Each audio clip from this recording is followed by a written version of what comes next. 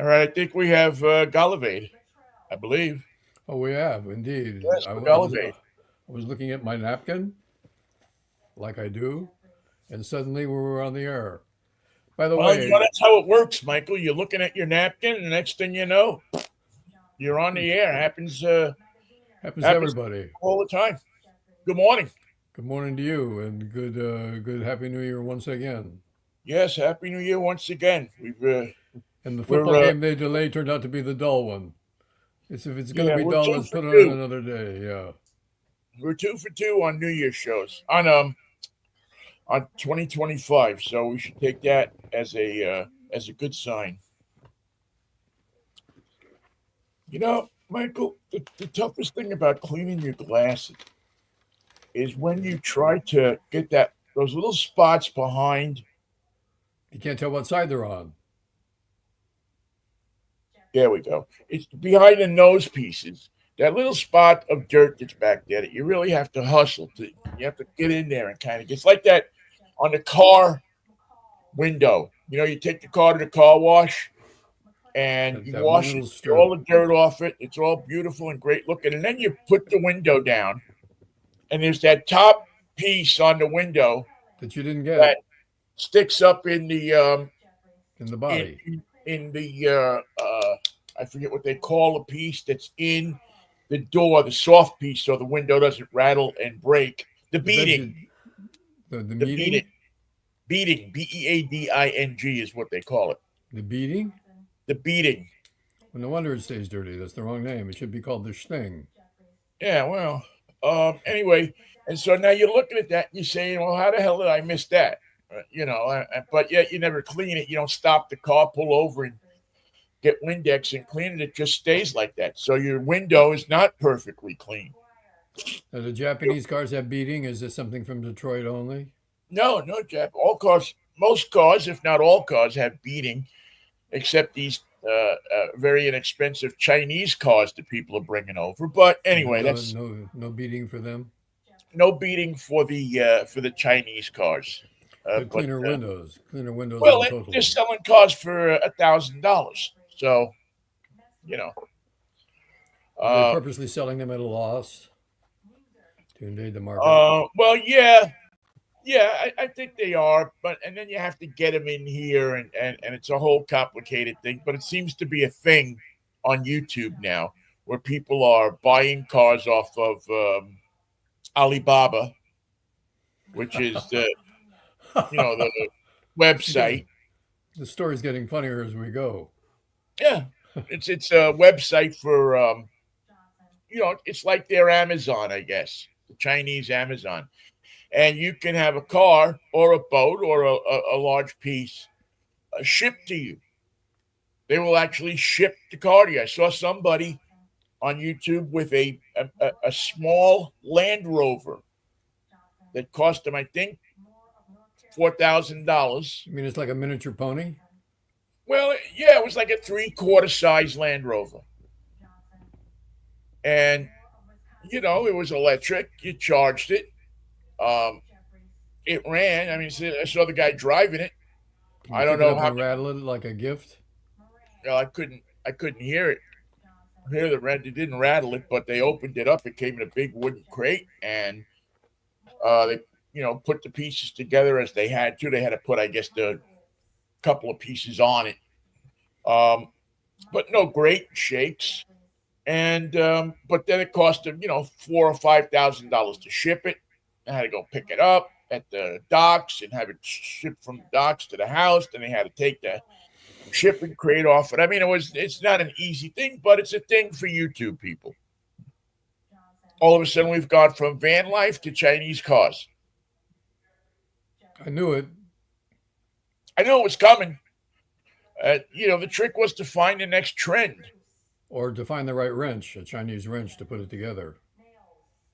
Well, I think they use the metric system. I think they build their cars on the same metric system that we don't use it. I mean, we use some of it. We don't use We use enough of it so when you think a nut is one size, it really turns out to be the other another. one. And that's why I learned from a very early age because my father used to work on foreign cars every once in a while. But he didn't have a lot of metric tools. But he would. I learned from an early age it was the goddamn metric system, not just the metric system. So when we started learning it in school, You told them, oh, the I goddamn was metric I system. told him, no, you got the name wrong. It's the goddamn metric system, which you can imagine went over big in Catholic school. God had to take a side. He had to pick a system, and he didn't pick the metric. Well, He, yeah, no, it's like the same thing. And then of course you go to Canada and you have the imperial gallon, which is different than an American gallon or a liter. It's those are somewhere in the the middle those are the because the those are the Canadians those are, decided those are the that they best wanted to gallons you sell can gas. get. Those are the best gallons you can get. You can't get a better gallon than the imperial gallon. Try it. You can't do it. I would be hard pressed to tell you where. I mean, you might want to Banff, show me, but I don't know. Banff, That's what Banff, I remember about the imperial gallon, and my father used to Vancouver. get mad at that too. But my old man got mad at a lot of things. He got mad at the Beatles. I mean, I got mad at everything. Ed Sullivan, was he mad at Ed Sullivan for bringing him No, over? he was okay with Ed Sullivan. You liked Ed Sullivan.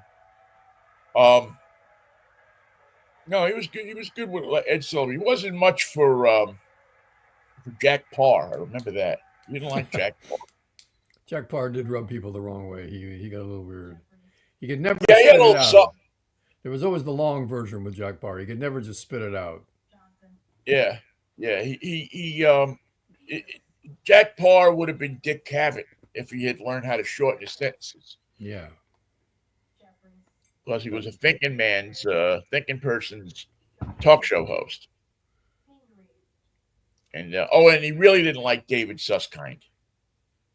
Man, David Susskind was because he was one of those liberals he was on from Manhattan. PBS. He was on Channel 13. No, David Susskind was on Channel 5, actually. Was he? He was on the independent station?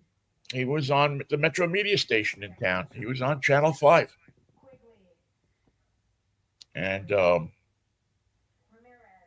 yeah, I go back and watch some of those shows. That's some pretty interesting television for the time and the guests that he had. What was the name of his show? The David Susskind Show. Sunday night at 11:30. Wow. I remember that. That show, and I remember him and watching them sitting around, talking about stuff. I wasn't too. I'll tell you how young I was. I wasn't even too clear about what they were talking about.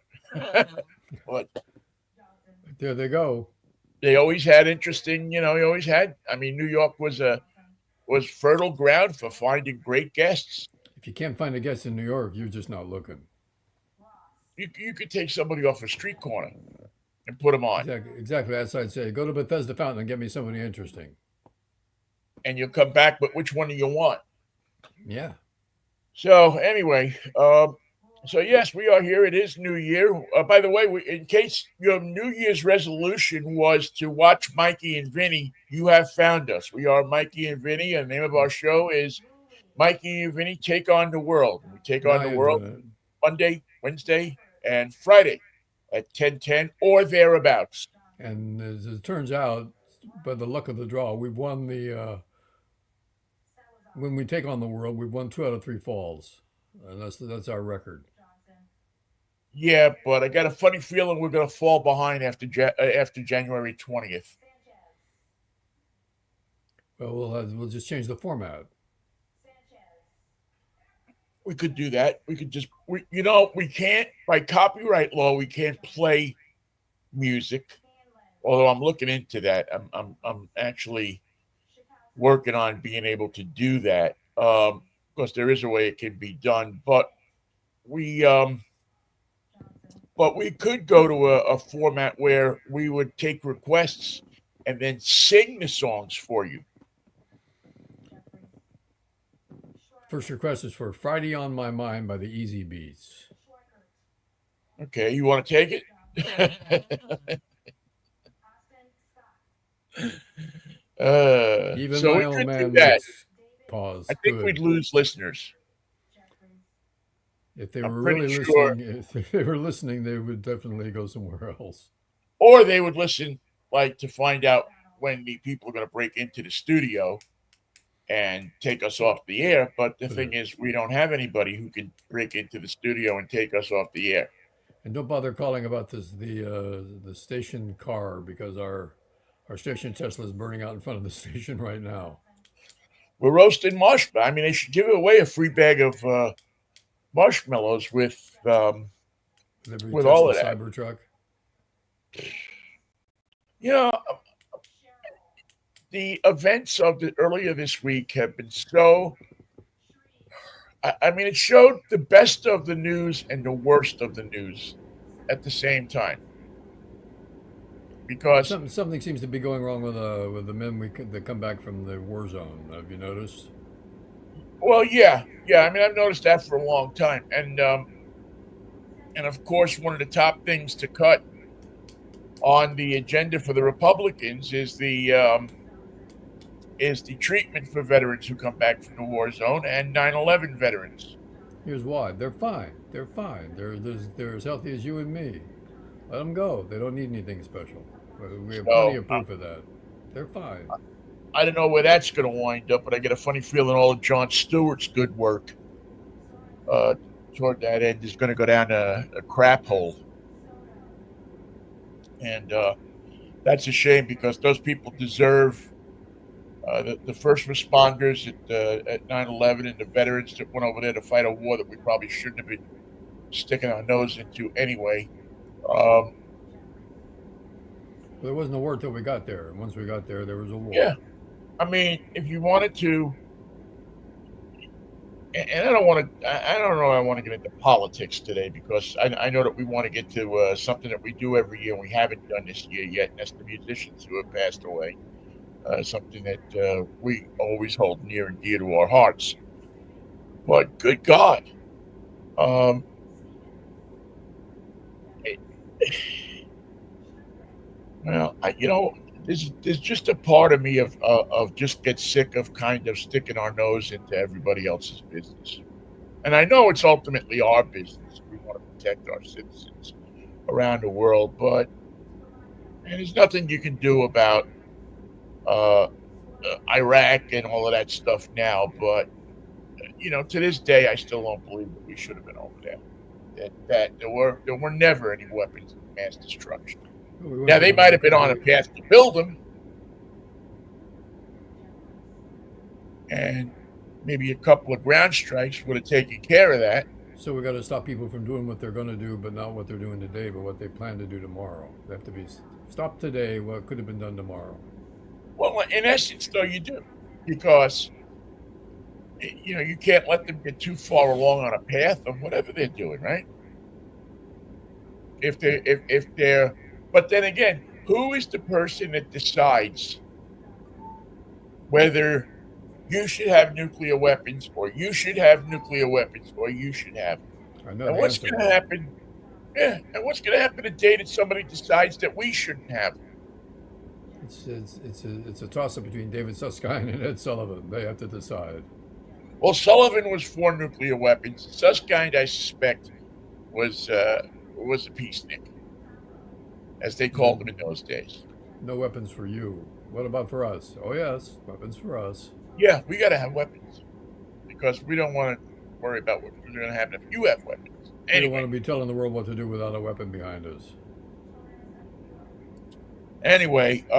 we should get to the musicians because I think that that's going to be something that's going to take us a little while to talk about some of the key musicians that we lost in 2024. You want to go There are first? several great in memoriam uh, videos on YouTube that you can go through and see pictures of people, and there are a few people who do a great job of doing that every year. If you go to YouTube, just punch in musicians we lost in 2024, A lot of them. you'll We find lost a them. lot. And this And was there's a an banner year, Michael. incredibly crazy year. You want to start or should I? No, you go ahead.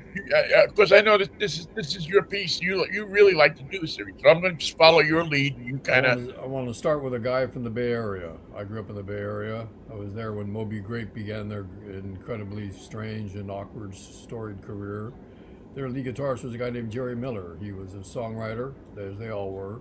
He was a singer, as they all were. There was five voices, five writers, an incredible array of talent. And Jerry Miller was their lead guitarist, and he died this year. And he was, if you don't know Moby Grape, and you don't know, if you're not familiar with their music, there's a reason that I start with it. They were groundbreaking in a lot of their ways. They were extraordinary in their harmonies. They were inventive in their compositions. They were top of the line all across the board, in every aspect. Singing drummer, singing bass band, three singing guitars. It's a lineup that you just don't see anywhere anymore. And I bid fond farewell to Jerry Miller, and I start my list with him. Yeah, I got to I got to meet Jerry Miller. Got to see Jerry Miller. My friend J.D. Smith Oh yeah, uh, played with Jerry Miller um, excellent. in his later years. And I got to watch him at a gig down in Portland and meet him. And then His hometown. Jerry had moved up here to Tacoma and was active. You know, there's a little not a big music scene, but there's a music scene down in Tacoma. It's cheaper to live down there than it is in Seattle, so musicians generally gravitate there. And Jerry was living down there, and yeah, I mean Moby Grape. Again, if you walk up to a 25-year-old kid today, maybe they're not going to know who Moby Grape is. But if you're a 70-year-old or a 65-year-old, you're probably going to know Moby Grape and know their work and know how groundbreaking they were How can you in hear the that rock and name and roll. how can you hear that name and not remember it from somewhere? Moby Grape, never heard of it. What? No, Yeah, I've heard of it. exactly. It's also one of the bands I got to see at the Fillmore East. I Aha. believe actually I saw them prior to it becoming the Fillmore East when it was the Village Theater. Wow. They played they played uh, this day long concert that was going on there. As they used to do, you know, concerts at one time used to have like six bands on them, and they would start at 3 o'clock in the afternoon with the opening band, and then go on through the night. And often the band would play twice. That's the way the Yeah, lineup used to go. yeah. And so Moby Grape, yeah, great guitarist, good person from what I understand. My friend JD always raved about working with him, and it's you know, we're at that point in life where we start to see uh, the people just on that little generation or level in front of us going, Yeah, and he was certainly in that class. definitely. Um, one of the people that left us this year was a guy who we often asked on this show, is he still around? Is he still with us? And that is the great Clarence Frogman Henry. Yeah, I don't know why I love you, but I do. Don't know why I love you, but I do. And that whoa whoa whoa whoa whoa whoa, I need your love it. Um, Ain't got no shoes, ain't yep. got no shoes. Uh, Again, New Orleans guy.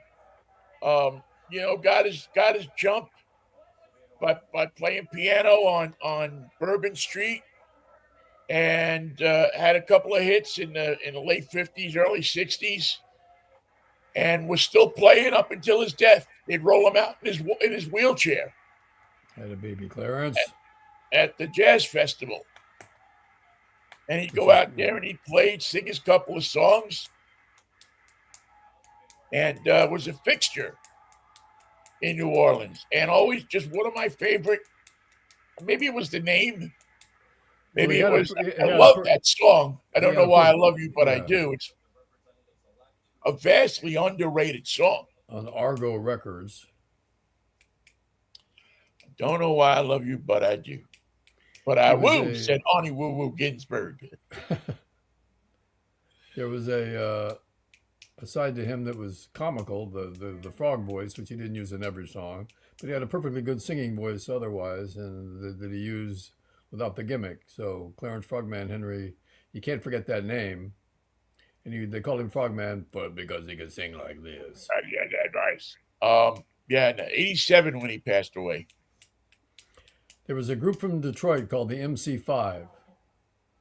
They were known for their political rock and their stage antics and their coordinated steps and their showmanship, and they had a lot of soul review in their shtick. To mingle that with political rock seems impossible, but that's what they did. And Wayne Kramer, who was their lead guitarist for all the years, died this year, and the MC5 is no longer a factor. But when they watched the videos of the MC5, how they were on stage, dancing on one leg, incredible presentation, showmanship to beat the band, and a political bent that was radical, Yeah, even for those days. And their their signature song was "Kick Out the Jams," and that was only part of it. The song was called "Kick Out the Jams, Motherfucker," oh yeah, which didn't always get on the radio in a lot of towns. But most towns.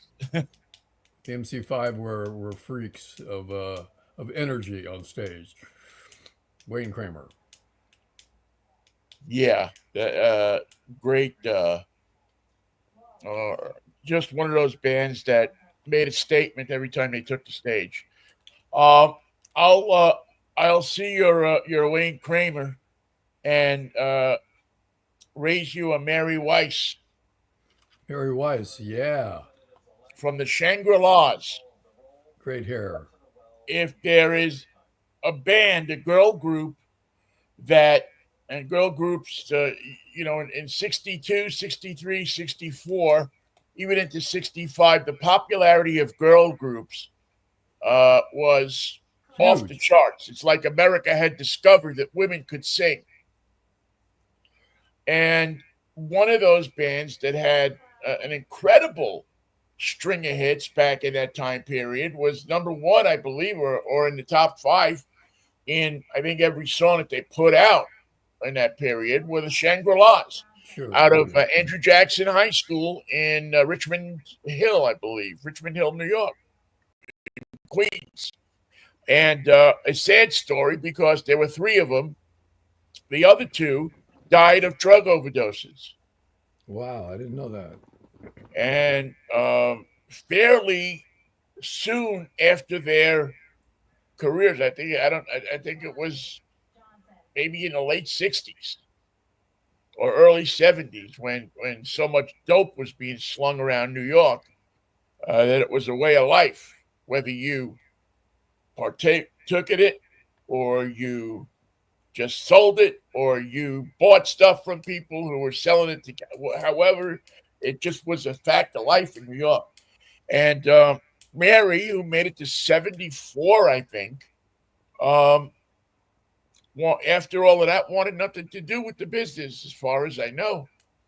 I think there had been several times that people had gone up to her and offered her, entrances back in. And I'm talking about, like guys like Little Steven and, Yeah. people have brought like the Ronettes back into the business and, but she seemed to want, No, thank you. I'm okay. I saw what it did to my cousins. I saw what it did to my sister. So I'll uh, I'll just stay back here and listen to it on the radio. But um, Leader of the Pack, which was one of their records, was so popular that it brought on Answer Records, which Yeah. was a Right. popular thing in those days. Right. And I don't know if it was Alan Sherman that did it. I forget who did it, but there was an answer record to Leader of the Pack called Leader of the Laundromat. Yeah. Um, and their big hit, their biggest, um, and these were all like teenage tragedies. Oh yeah. All of their Like songs were, Last Kiss. yeah, uh, um, were just teenage horror stories, and maybe their most popular was "Remember Walking in the Sand," Remember, walking which in the sand. yeah, which had that Mm. click in it that they did. Remember, walking in the sand. Remember, walking hand in hand, and and they did maybe the one song that touched so many people's hearts was "I Can Never Go Home Anymore," and which I think was their third in that line of hits. And that was a tearjerker. And that was I'll tell you what, when you heard that song, you got a tear in your eye. It touched your it touched your heart. She It, sang it with a hit lot of you. emotion for all those sad songs, all those tragedy songs. Yeah, yeah, There was a band called the Moody Blues that started with a hit called Go Now, and then everybody that was in that band left except for one guy. One guy stayed in the band through all their glory years of the Lost Chord and the Moody Blues hits and Nights in Wise End and all that. And he was the guy who played the Mellotron, which was like the string section on an organ type machine that was set up with a bunch of tape loops. And his name was Mike Pender. And he not only built them and repaired them and played them, but he was one of the few guys who could fix them because they always broke. They were always malfunctioning. And the only guy who's probably got one that works right now is Paul McCartney. But Mike Pender was the man of the Mellotron, the man of the sweeping synthesized string sounds that the Moody Blues use regularly and so dramatically in all their hit recordings. And he died this year. He had a studio up in the mountains over Malibu for a while, and he's now gone. But he was a the Moody Blues records don't sound like anything else you've ever heard. They had a sound of their own, yeah. and they had a lot of hits. But their concept albums were a big deal in the '60s. They sort of fell out of favor, but their sound today is as new as it ever was when you revisit it. And the man behind the sweeping orchestral sounds was the fellow who died this year, Mike Pender. In Search of the Lost Chord. Yeah. Uh, how could you ever? I mean, Nights in White Satin, Tuesday afternoon. I mean, Question: How you come really we want to go never listen to the song. get an answer when we're Yeah, knocking at the boom boom boom boom boom? yeah, it was great. I mean, it was great, and unfortunately, they haven't been rediscovered yet. It's It'll about time for them to probably, come back. Yeah. yeah, it'll probably take somebody using their song, one of their songs in a movie, Yeah. or something like that, to kind of get people to go back and revisit them. But get on the bus early, because you'll just hear some arrangements and techniques and use of instruments that you'd expect to find at Carnegie Hall, Yeah. used in a rock and roll studio. And it was fantastic stuff. It was They just had their nothing. for a while. They had their own lane. Yeah, nobody really was doing what they were doing for a long time. I guess maybe.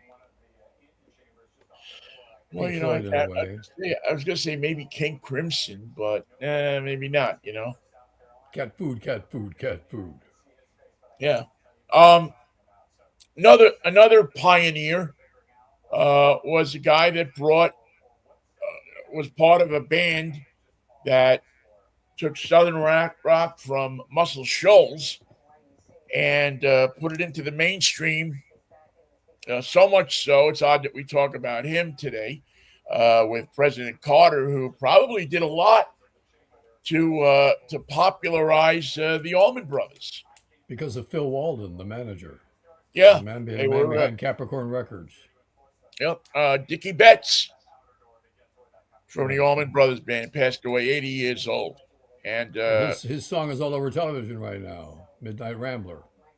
yeah, yeah, that was I yeah, got to run to keep from hiding. and another, just somebody who just took a piece of a division of music, a genre of music, and helped raise it to another level. Of course, he And was was the also part second. of one of the strangest concert bills that I've ever seen in my life, still to this day. Tell all. At the Steel Pier in Atlantic City. Saw the Allman Brothers. This was probably in 1970, 71. Yeah, 1970, 71. The Allman Brothers opening as the opening act for the Cowsills. Well, Uh, whoever had the hit. and the headliner was a guy who I don't know what the hell ever happened to him, Enzo Stuardi. Oh God, he did soundtracks. Yeah, he did soundtracks and he was this kind of Italian singer in that vein of the Jimmy Roselli and the Al Martinos and, the not Yeah, quite Frank Sinatra level. almost Uh, Jerry Vale. Almost Jerry Vale. yeah, Jerry Vale guys. Pretend you don't see her. And he passed. Uh, uh, well, no, he's gone a long time ago. But yes, Duarte was the head guy on the bill. He was the top. You don't find um, tickets like that anymore. You don't find concert bills like that anymore. By the way, also in the Allman Brothers band was a guy named Butch Trucks. Butch Trucks' son is one of the greatest guitar players in the world right now. He's in, Tedeschi trucks, right? correct, Tedeschi Trucks band. So the talent of that band still is resonating. Yeah, yeah. There was a kid from California, from San Luis Obispo, who was a great drummer and did surf bands during his growing up high school years, and then became the drummer for a hit maker called the Turtles. His name was Johnny Barbada. Johnny Barbada went on to be the drummer for Crosby, Stills, Nash and Young, for Jefferson Starship, for Jefferson, all the permutations thereof. Toured all over the world with the California sound up and down the coast, from the Turtles to CSN to Jefferson Airplane, and remained an on-call guy for touring right to the very end. And he died this year. Johnny Barbada from San Luis Obispo, from Slowtown, a great drummer. Great city, and yeah. I mean, again, you go to a band that had a string of hits in the '60s, The Turtles, um, man. and into the '70s, and also helped out on. Well, he didn't. Barbado didn't, but certainly Flo and Eddie singing back up on "Hungry Heart" helped them to Bruce Springsteen's first #1 song. Great voices. By the way, if you want to start with the Turtles, you don't know the Turtles, everyone's going to steer you to Happy Together. But I always say Eleanor is the one. Eleanor, yes, Incredible yes. vocals, incredible vocals. That there's three songs I steer people toward with the Turtles. Eleanor would be one of them. Um, it just had it in my head. It just came in and it went out again. She'd rather be with me Yeah. is a raucous, kind of fun record. And it's one of those records. Sometimes you hear a song and you say, "Gee, I wish I was in the studio when they recorded that." And that was one of those songs. Great song. Well, as long as we're on the California coast, I'm not sure where he is from, but boy, the influence he had on the California sound and California music and guitars, and I'm not talking about influence that was in the '50s. I'm talking about influence that was that carried through to today. I mean, guitarists still put this guy's stuff on and listen to it and just blown away. They want more and they want more and they want more. And that's Because Dwayne Eddy. Dwayne Eddy tuned down his guitars. He tuned them to a lower key, and so they were almost at the bass level because he played the E and the A strings so exclusively in his melodies. 40 miles of bad road. Ding, ding, ding, ding, ding, ding, ding, ding. Yeah, really. I mean, when you listen to Dwayne Eddy, and it, and again, when we always say listen to this and listen to that, I will always say, don't just listen to the hits. Grab one of their albums Right.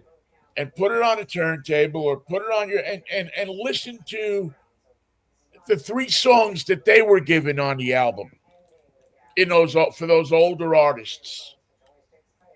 Listen to because many years ago, uh, you know, artists had to put out 8 songs for the record company, and they said, "Well, we'll give you 3 tracks on the record. Do what you want."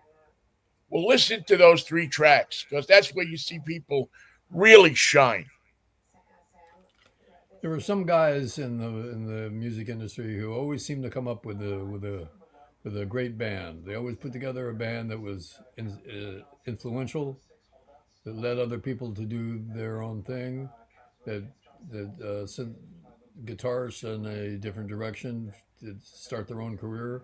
But there was hardly anybody that did that as well and as often and as influentially as John Mayall.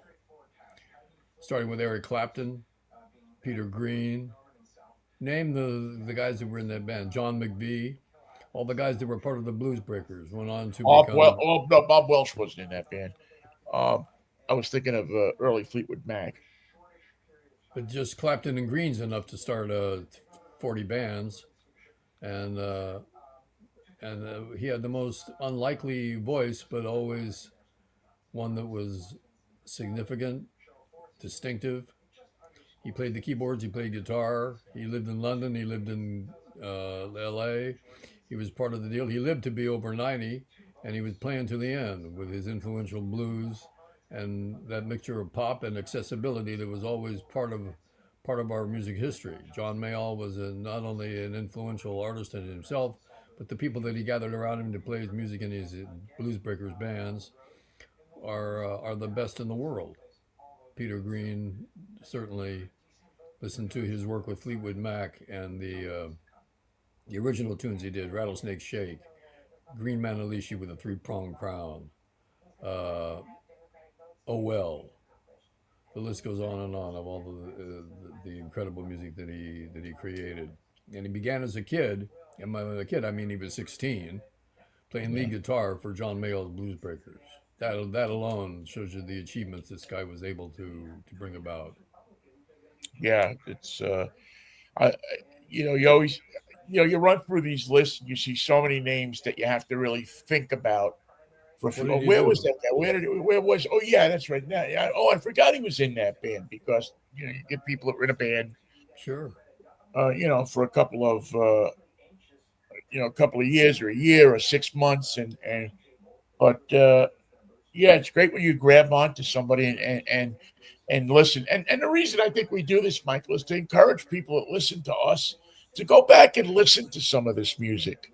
I mean, we obviously can't play it here because of copyright stuff, but go back and see if you can find an album or just go on YouTube. All of their stuff is on YouTube and listen to some of what these people accomplished, and you'll learn so much more about. Well, it'll do 2 things to you. You'll learn so much more about rock and roll, but it will also break your heart to see what rock and roll has turned into in many ways. For the most Uh, part, it's turned into nothing much. yeah, a shadow of its former self. But it's still alive. Next guy that I want to do is a guy we both. I mean, you probably knew him much more than I did, but it was hard to find a night in San Francisco where in the pink section of the paper you didn't see Nick Gravenites' name Because he was there. Believe me, he because he was was there. there. This guy played every club every venue, every fair, no matter where it was, you could find this guy play. I think he played 6 nights a week. And Nick, was he with Big Brother or was he with Genesis like solo? The Electric Flag. Electric Flag, yeah, yeah. 85 years old and probably was on his way to a gig I'm sure he when he, was. when he passed away. But one of those musicians that was the foundation of the Bay Area music scene, not just in '67, but in '77 and in '87 and in '97. I remember that when I was at KUSF, he would drop, he's friends with the Germ, the guy who had the new music show, and he would drop stuff off, and the kids, the college radio kids, would play his stuff on the air because Of that's course. how good he was. I'm looking at my list, so I don't. Oh, a kid who came out of the Bay Area, like Nick Ravenides did, had hits on Berserkly Records, became a disc jockey in San Jose on KUFX, and everybody remembers the Greg Kihn band, I think. Yes. Greg Kihn died this year. He had a long run, both as a DJ and as a musician. But when I was playing records at KTIM, Greg Kihn and the Greg Kihn band were a big part of what we were doing. Yeah, they were a part of that. I don't know. You want to New call them wave. Huey Lewis class of Bay Area rock and roll? They were in the BAM class, the second BAM class. Yeah, yeah. It was. Yeah, they and became hugely successful because of MTV. Yep. One of the first bands back in what was it, '82 and '83 when MTV started. They were one of the first bands that their videos, especially um, their were on were on MTV and They don't brought them. make they don't make them like that anymore. Yeah, yeah. They don't make them like and and plus with a song that hit a chord with a lot of people. Right. Because they didn't. Because they Back then didn't. we were complaining that rock and roll had gone to the dogs. Now the dogs have gone to the dogs. Now the dogs have gone to the dogs. Um, I only need to say his name and say that I mean, it's hard to say that when somebody was as active and did as much in the music business as this guy did, that you're sad about his passing because he did everything. He'll leave a legacy that will last with us long after people forget that they won't know that riff, they won't know that piece, that production technique, they won't know that song was written by the great Quincy Jones. Right. Um, just a guy who was successful in anything he touched. For 60 years. Yeah, you talk about, and again, you go back to one of the greatest live albums of all time is Sinatra at the Sands from 1963 with Sinatra at his peak, and it was Quincy Jones at his peak. Arranger conductor. Yeah, he was the arranger. I think Nelson Riddle You're probably right. Nelson was was the. always there. Yeah, I think Nelson Riddle was the conductor. I think Quincy was arranging things. Quincy might If have I'm helped right. with the list of musicians. Yeah.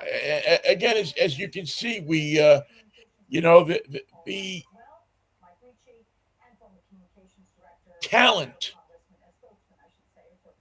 that passed away this past year was off the charts. I mean, just incredible talent. A lot of the people that we're talking about are headliners. This guy was a background singer. This guy was part of the group. His name was Duke Fakir, and he was in the Four Tops. There weren't just one top, although the lead singer was dynamic and extraordinary and one in a million. But the guys who sang the oohs and the ahs and the harmonies were there too. And they lasted a long time with the Four Tops. A lot of the bands, like the Temptations, got replaced and replaced and replaced, but the Four Tops were good to the end until their lead singer, Levi Stubbs, died. But Duke Fakir was the tall guy in the back and was always there and always part of the band and always part of the hits. And the hits were, if you're not familiar with the Four Top hits, you got some work to do today. You got a lot of people to listen to. When you're through with Fleetwood Mac and Peter Green, you got to listen to the Four Tops, greatest hits, and Yeah. extraordinary list of achievements. And Duke Fakir was part of them. Or even go back, the Four Tops, listen to the hits, but go back and listen to the stuff that wasn't a hit. Go back and listen to, they do a version of We Gotta Get You a Woman. And I Wow. think they marry it up with another song, and it's escaping me right now what it is. But it's oh hey uh I forget what the second song is, but they do a version of "We Got to Get You a Woman" by Todd Rundgren. You talk about crossing into another genre, grabbing a song and making it your own, changing it to your own. They did that again with Walk Away Renee. Yeah, yeah. I mean, they were masters at taking a song and rearranging it, rewriting it so that they own that song. And you'd be hard pressed to say that that wasn't their song, that they didn't sit down and write that song and sweat that song. Uh, Amazing, absolutely amazing. Another big name that we haven't gotten to yet was the guy that had really two careers because he had a FM rock and roll career when he first started, and then kind of moved over into what they are now calling yacht rock. But that easy listening, not easy listening, but soft rock. Thank you, soft rock genre from the Raspberries, the first scratch and sniff album cover of all time. Eric Carmen Yeah, great out of voice. Cleveland, Ohio, had a great career. Um, Power Passed away, ballads. 74 years old, and just a great All, voice, all by power. myself. Yeah, power. I mean, you go back and you listen to some of the Raspberry stuff, and I mean, I want to be with you. Uh, could be I mean, it's not a rock anthem, but it was one of those songs that you listened to in the 70s, in the middle 70s, early 70s, and it made you think, what else is on the album? What else are these guys doing? Maybe I should pay a little more attention to my FM dial as opposed to just my AM dial. And that was an AM radio hit. Uh, but a power just a power you through song, man. And this guy had the chops to carry it off. And I always appreciated. As a matter of fact, there's a video floating around YouTube of him from a couple of years ago, and he still had the power in his voice, man. He still had that boom that that hooked you and that got you. There was a crazy Texan who wasn't as much of a musician as he was as a showman. Smoking cigars, crazy guy. Kinky Friedman and the Texas Jew Boys. Yes, There's just nobody on the planet that was quite like Kinky. He ran for governor many times. I used to have a T-shirt that says "Kinky for governor," and he was basically the house band at the Lone Star Cafe. a Texan, the most unlikely of all of them. A Texas Jew boy, the most unlikely of all of them. And he turned it into a career, and he was much loved because he was a character. He was a cigar smoking freak, and people loved. There wasn't anybody that had a bad word to say about Kinky Friedman. Yeah, I never met him if they did.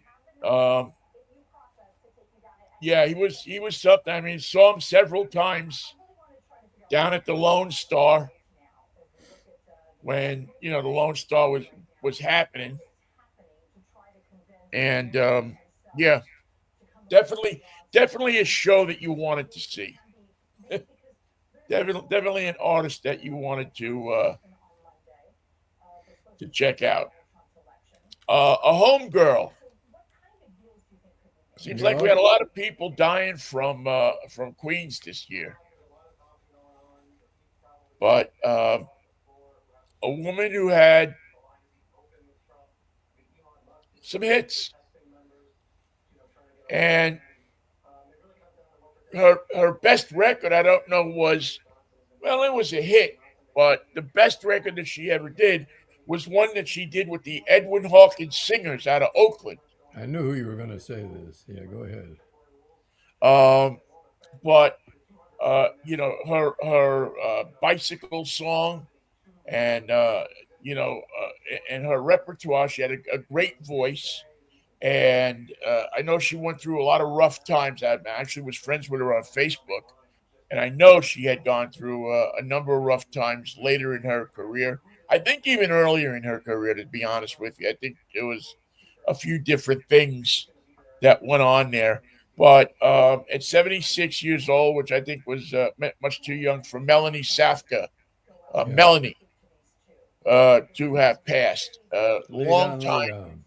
Bay Area resident, I believe. I think she lived in Mill Valley for a long time. But she was a New York girl. You're right. Yeah, And but a lot of the teenage girls in New York were her fans.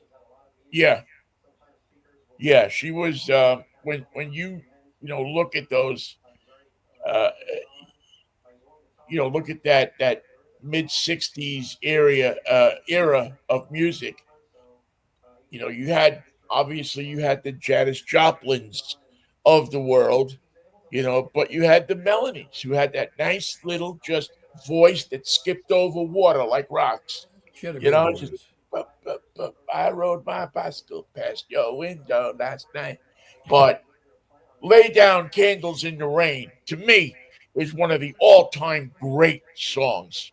Yeah. Uh, Great clip of from German television on YouTube of her doing that live with the Edwin Hawkins Singers. The whole ensemble is over in Germany, and I guess they were on tour. I guess they toured together. That would probably be the only way. They probably didn't just meet at the airport. Um, hey, I didn't know you guys were here. Let's go over to German television and do We this. got to go to baggage claim first. Is that okay? Yeah, sure. We'll all Yeah, go. we expect to be there until Monday. Uh, but yeah, There was a time, Vinny, when one of the genres of music that was important was folk music. It's been relegated to more of a sidetrack now, but it's still very influential in people's uh, creative aspects of their career. And two leaders of the folk music world died this year.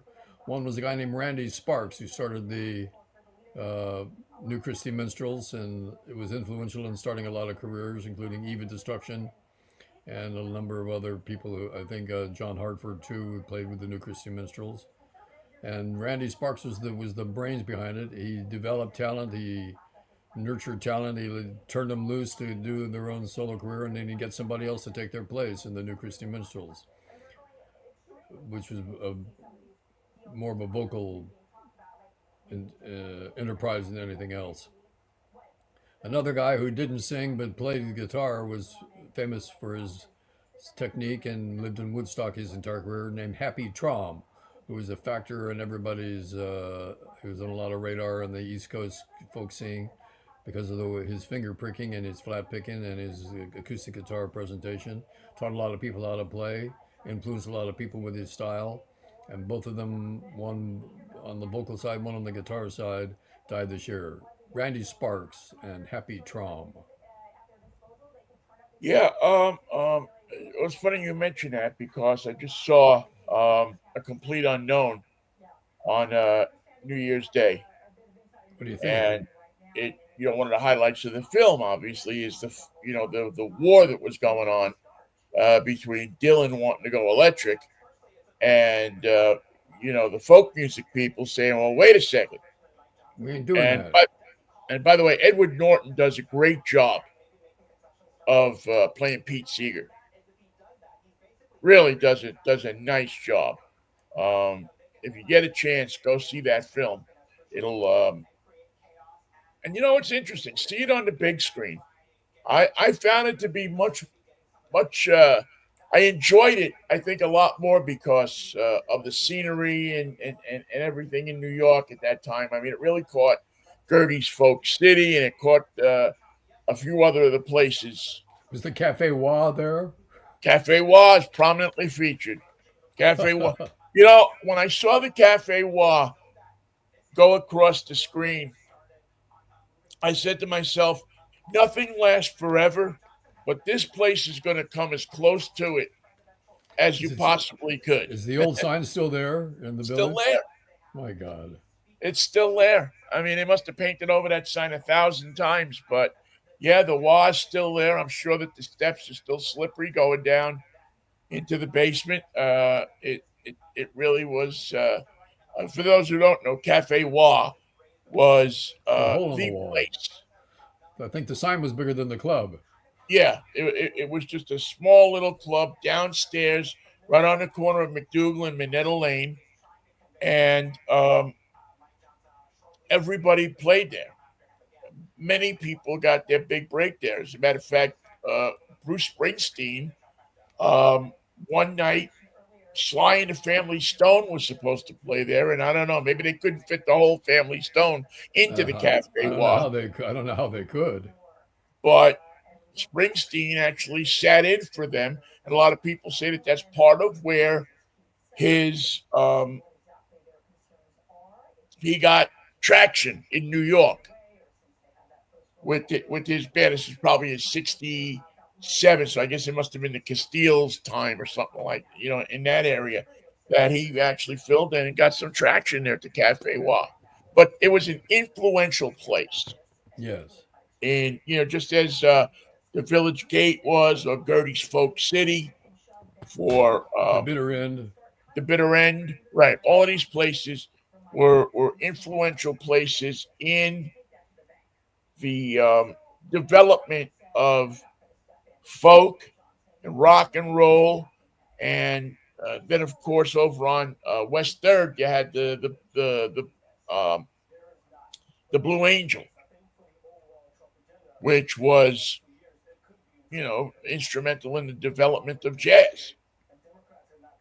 In the Village Vanguard jazz too. Village Vanguard. See, and all of these places are in The one and the neighborhood. You village can and the walk. village gate. Don't forget the village gate. Yeah, you can walk to all of these places from each other. Yep. They're all around Washington Square Park. They're all within walking distance. They're all um, that between McDougal and West Fourth and West Third. The Night Owl Cafe is right in the middle, where John Sebastian and that whole genre of music is developing. The You can hear Mamas that and the in Papas, you can hear the that in Creek the song Alley, Creek Alley. Exactly. yeah, the Creek Alley people. Um, Another person we lost this year, who I thought it was especially sad because he didn't get to see his band. I don't know if he knew about it before he died, but he didn't get to see his band get the Kennedy Award. Which you can say what you want about awards, but I think getting that Kennedy Center honor is a pretty cool thing. You have to sit there and watch other people do your music. Yeah, yeah. But also to be honored by the President of the United States, to Oh be yes. honored by um, I don't know, the conoscenti, the people in the know, to be honored by those people and to have John F. Kennedy's name attached to it, I always felt was a great honor. You done good. Yeah, you had a career. Yeah, no regrets. Phil Lesh from the Grateful Dead Yes. passed away this year, 84 years old. I guess. I mean, what do you say about the Grateful Dead that hasn't been said already? There's nothing left to say. Now they're just now. If you don't listen to the music, listen to Ripple. Start with that one. Yeah, just incredible. They I saw I forget what it was. I saw it on, but he was singing. They were singing. I forget who it was that was singing, but I think it was Les that was singing "Box of Rain," which has Yeah, always been one of my favorite Grateful that's Dead songs. that's his song. Yeah. Yeah, and I just yeah, just a beautiful song with a great arrangement. With it's I think it's the Grateful Dead. I mean, I know everybody loves the long solos and the 4 hour drum solo and all of that stuff, but boy, Box of Rain is 4.5 minutes of pure heaven. You can't listen to that song and not appreciate the song, the words, the harmonies, everything that you listen to the Dead for is in that song. There's a guy who went to Nashville to be a songwriter and was working all night as the nighttime relief janitor in a studio, and got to know Johnny Cash, who listened to his songs and helped him out by recording a couple of them. His name was Chris Christopherson, and he Yeah, became a well-known songwriter, personality, actor, writer, singer, performer, knock around town guy who lived in Hawaii in these last couple of years. And it's in the Nashville music business that you can make a living as a songwriter. It's pretty hard to do that elsewhere, but Nashville is a place where it's a fact of life that there's a whole industry of people just writing songs for those who just sing songs and record songs, and the artists are not always, as in other forms of music business, not always responsible for their own music. And Chris Christopherson was a rich provider of those songs for people who wanted to take on what would be called new country or outlaw music, or although his music didn't fit the outlaw persona, his actions off stage did, and the other musicians that gathered around his tunes were Johnny Cash and the other outlaw Willie Nelson, the other outlaws of the time that were they weren't outlaws in terms of the law and order. They were outlaws in terms of breaking the mold of what Nashville wanted everyone to be. Nashville's got this controlling, I don't know why, but there's a controlling atmosphere about it. This is how you're doing your songs this year. This yeah, is how you orchestrate them now. This is how you mix them now. This is how close you get to rock and roll. This is how close you get to traditional country. There's I don't know how they come to an agreement on what the Nashville sound is going to be this year, but it's the only part of the music business where that seems to be a factor. And Chris Christopherson broke that mold, and the mold stayed broken throughout his career. yeah. He was the answer to you do it, Do or it, you do it. do it. He was the answer to that. He said, "I do it my way. I ain't doing it. What are you I ain't doing? doing I it." ain't And doing that. a pretty good actor too. Pretty good. I mean, you did. I think saw him in a couple. I can't remember the woman who played the lead in the movie, but he was in that. I think he was in Convoy too, wasn't he? Convoy? The movie Convoy. I think he was. I can't. My, obviously my freaking. All right, here's one for. Here's one. Tito Jackson, Jackson uh, 5. Can't have 5 another member without of the 5. Jackson Five. Michael's older brother, the one who I don't know if when Michael caught on fire, I guess the word has always been that Tito is the guy he called out for when they were Really? filming that ill-fated commercial back in what was that 86, 87, something like And that. his pomade went nuclear. Yeah, they were doing effects. They were doing some kind of, and it caught his hair caught fire and he was burned. Um, but again, I think he did a pretty fair amount of writing and arranging for that group too, for the for the Jackson Five. Did I don't know about writing, but arranging and stuff like that. But he was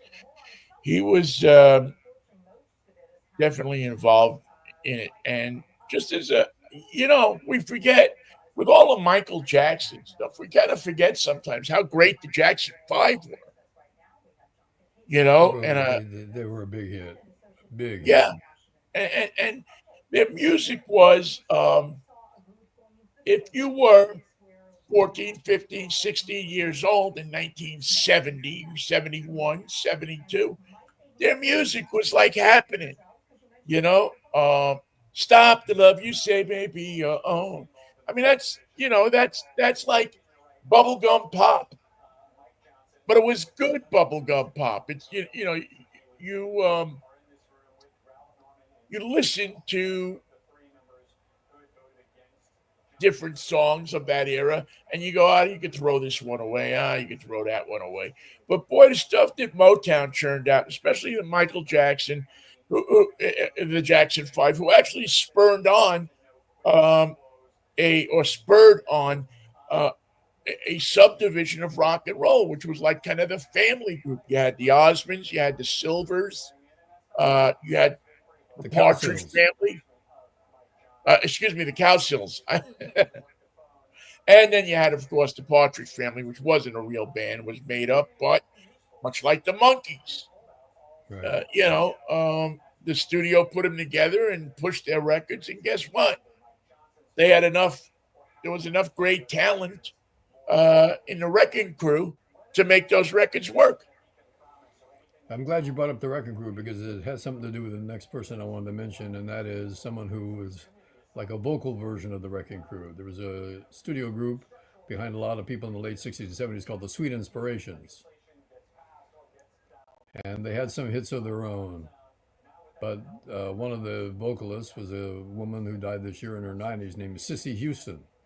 Cissy Houston was Yes. part of the Sweet Inspirations and sang behind many, many hit records as well as her own, and had a daughter, by the way, named Whitney. And Yeah. so the Houston family brought a lot of music, and it's interesting that her mother outlived her by so many years. But Cissy Houston died this year, many years after Whitney Houston's tragic passing.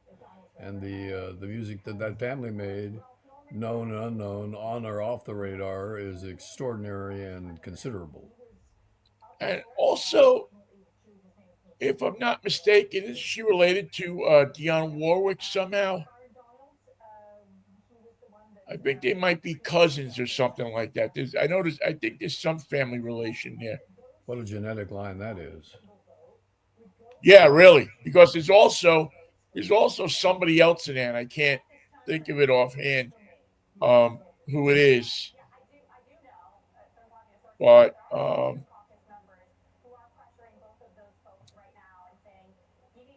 yeah, it might be. I mean, it might be some relation to Aretha Franklin in there as well, and I don't remember exactly what it is, but I remember reading about that somewhere. Again, sometimes you take stuff you read with a grain of salt, just as you do everything you see on the internet.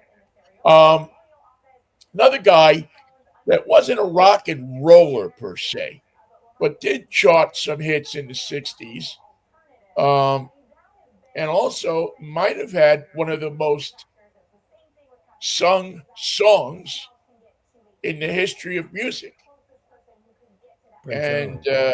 probably was more famous for a TV show theme than anything else. Steve Alamo? No, no, but nice guess. Nice guess. Uh, Jack Jones, Oh, yes. who Fr- sang the Love Boat theme, and Friends and Lovers, he had that hit. but also had hits with wives and lovers back in '64, I think '63, something like that. In that kind of pre-Beatles malaise, uh, where people didn't quite know what direction rock and roll was going to go. Um, and so certain artists were able to sneak to throw a couple of curveballs by some people. If Steve Lawrence can have a hit, Jack Jones can have a hit. Yeah, Steve Lawrence was another guy, but now he passed the year before this, right? He passed in 23, I think. Steve I Lawrence. think you're right. Yeah, I think I'm going Well, to I look. mentioned I mentioned Steve Alamo. You can't have been in the early '60s without knowing the show Where the Action Is, with Paul Yeah, Revere and the Raiders and Dick Clark and all the silly lip syncing that they would do. They would set up by the Golden Gate Bridge and lip sync to a couple songs and act around and have a guest host. And Steve Alamo wrote the song Where the Action Is and was part of that band, part of the presentation. He'd come on once or twice a week and do a solo song, like a remake or a cover of someone's tune. It was always a factor in LA studio work. Steve Alamo.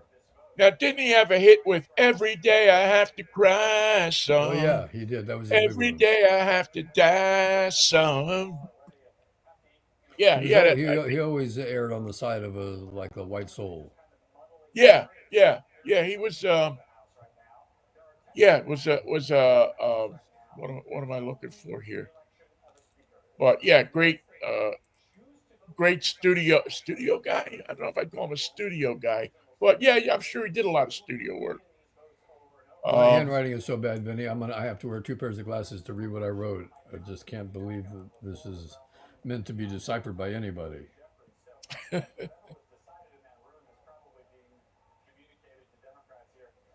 Oh, I got one for you. A producer, two producers died this year. They were influential. Richard Perry was one who produced all the Ringo stuff and a lot of other stuff for Harry Nilsson, including his monster hit. Uh, but there's an English producer named Shel Talmy who produced The Who and The Kinks and was an extraordinary provider of hits throughout the early years of the British Revolution. And he died this year. Shel Talmy. Shell, tell me. All right, go. I'll have to. The name doesn't hit me as familiar right away, but I will take a look at it. Check out the early Uh, Kinks and early Who. You'll see his name. well, that was some great music. I mean, that was that stuff was. No, Steve Lawrence did die in 2024, Wow. and I didn't have him on the list. I thought he had. Yeah, somehow I missed it, but Steve Lawrence died March 7th, 2024, Wow. and to those who are not familiar with Steve Lawrence, he was part of a great husband and wife duo that was certainly helped along in their career by Frank Sinatra, Steve Lawrence, and Edie Gourmet. And Did they open for him? yeah, I think they did. And they were always playing the Westbury Music Fair, which was run by the boys. And I think he kind of made his bones um, with Steve Allen as well. As a matter of fact, their theme song, "This Could Be the Start of Something Big," was written by Steve Allen. But I always thought a great voice, always liked Steve Lawrence, and I actually liked his hits. He had a few hits. He had maybe the biggest one was "Go Away, Little Girl." That put him in the top 40. That was um, covered later by the Osmonds and has been covered by a ton of people. Also, but uh, Footsteps was another one, Footsteps. and Footsteps. why am I blanking on one of the other ones? Footsteps. Oh, Pretty Blue Eyes, which Oh is a yeah. song I always thought that somebody should remake. I always want to hear Madonna singing "To Sir with Love," and I always wanted to hear. I don't even know who, but Steve Lawrence. For those of you who are Blues Brothers fans, um, Steve Lawrence played the CD manager Maurice Sline in the Blues Brothers movies. He's the guy in the sauna when they go in to see Maury. You got to do this for us. I'm having a schwitz. I'm having a schwitz. And if you want to see, and also Steve, part of one of the greatest clips of television that you'll ever see, and I'll put a link to this. I put up years ago. My friend JD, who we talked about a little bit before, gave me a clip of Steve Lawrence, Ian Southern, Steve Allen, Edie Gourmet, Dinah Shore, and I'm sure I'm forgetting somebody here, but doing a walkthrough of the NBC studios in Burbank, singing "This Could Be the Start of Something Big." One take. One take, backwards camera, rolling through the studios. It's. I've been told by people. I mean, you look at the comments on this thing. It's been watched over 250,000 times. People have made copies of it, which is probably, I guess, the ultimate tribute. Um, and was just when you listen, and this is a grainy, but his voice comes out in this um, grainy video of how his voice just melts. I mean, it melts you when you listen to it, and it's worth. Not that I need the hits or anything, but it's worth going on YouTube and just looking for "This Could Be the Start of Something Big" by Ian Southern, Steve Allen, Steve Lawrence, and giving yourself over to And did Steve Allen three write that minutes song? range of absolute pleasure. Did Steve Allen write that song? Steve Allen wrote that song, yes. Give credit to the writer. There Steve was a Allen. guy. There was a guy who had a hit, and he was an unlikely guy, Vinny, because he played the flugelhorn.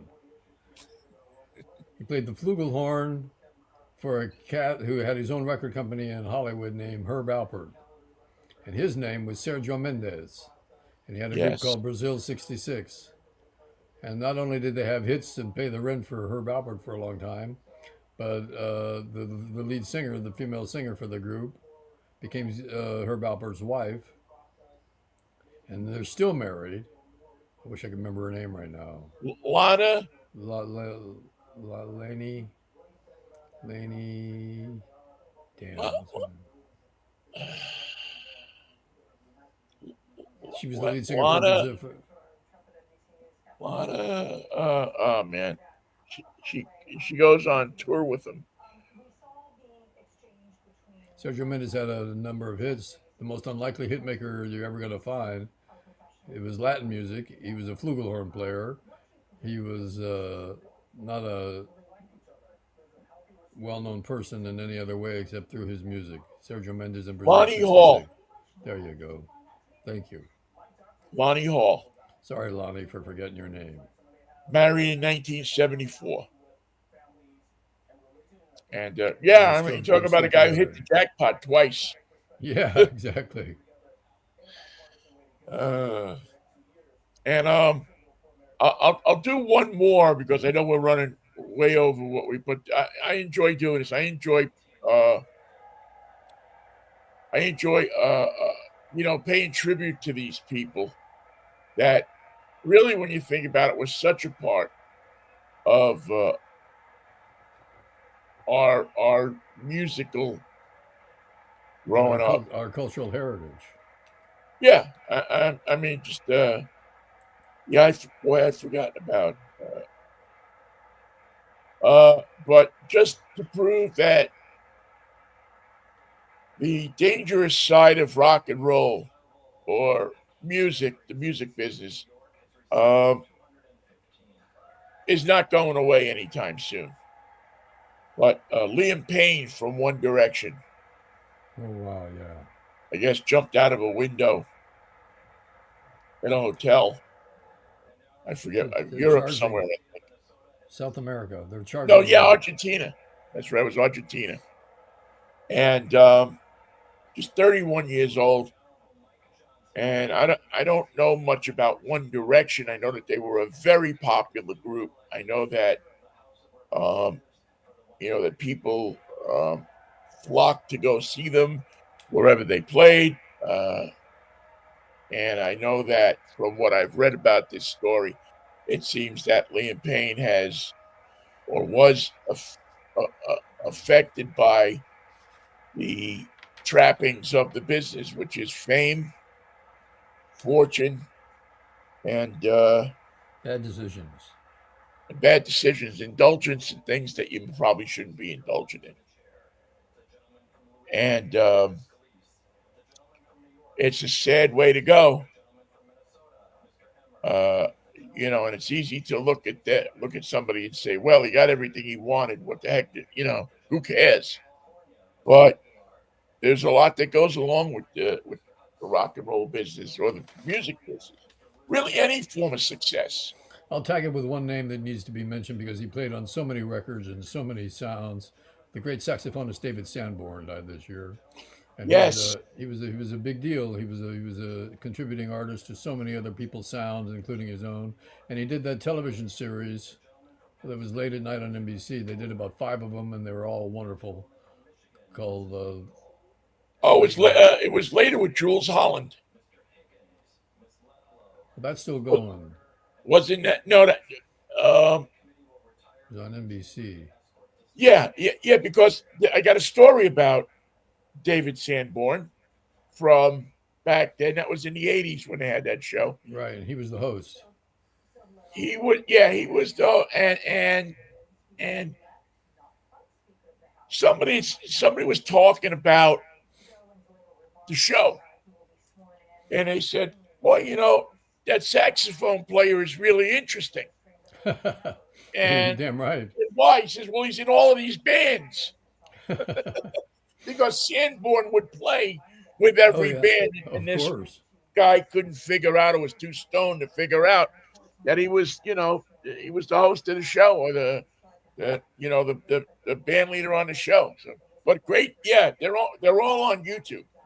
You can find all of those shows on YouTube. I think I've Great watched show. Yeah, search most of David them. Sanborn. I can't remember the name of the show, but So yeah, let's look real quick. I thought because I know he was part of that later with Jules Holland thing, wasn't he? by the way, that's still going on. It's still on BBC. Well, do they still do the whole show, or do they? Because I know his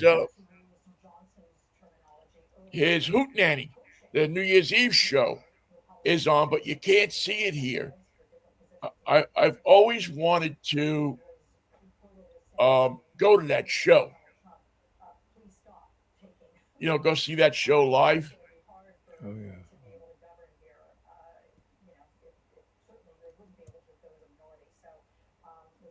Sunday night, 1988 to 1990. Yeah, And that it was hosted archive. by Jules Holland and David Sanborn. Excellent. Excellent. Marcus Miller was the music director. Bass Um, man for Ed Hall was the announcer. George Duke was on it. Omar Hakim was the drummer. Uh, great house band. yeah. Um, Hiram Bullock on guitar, name we remember from the city. I think we used to play some of his stuff And at the city. George Duke used to teach music at Tamalpais High School in Marin before he And moved. Hal Wilner was the musical coordinator who Yeah, the great Hal Wilner. produced a bunch of great compilation albums, and yeah, did a really A lot great of use of late interesting night. stuff. And interesting. It was done by. It was one of the first projects done by a little production company that worked out of 30 Rock called Broadway Video. We know that one. That was I think it was Bernie Brillstein and Lorne Michaels. Lauren Michaels. Let's see.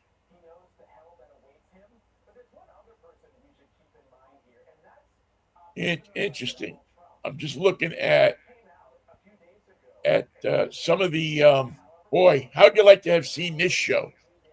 Show 104, 1988. Dr. John, Mavis Staples, and Jeff Healy.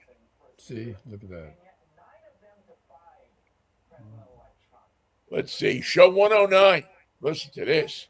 Lou Marini, Ronnie Cooper, Randy Brecker, Betty Wright, Anson Funderburg, and all led off by Boz Skaggs.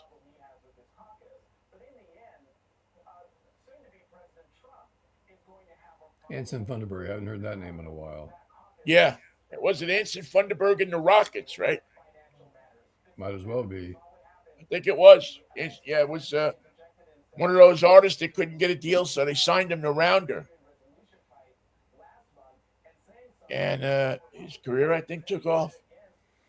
Good show today, Vin. Good job.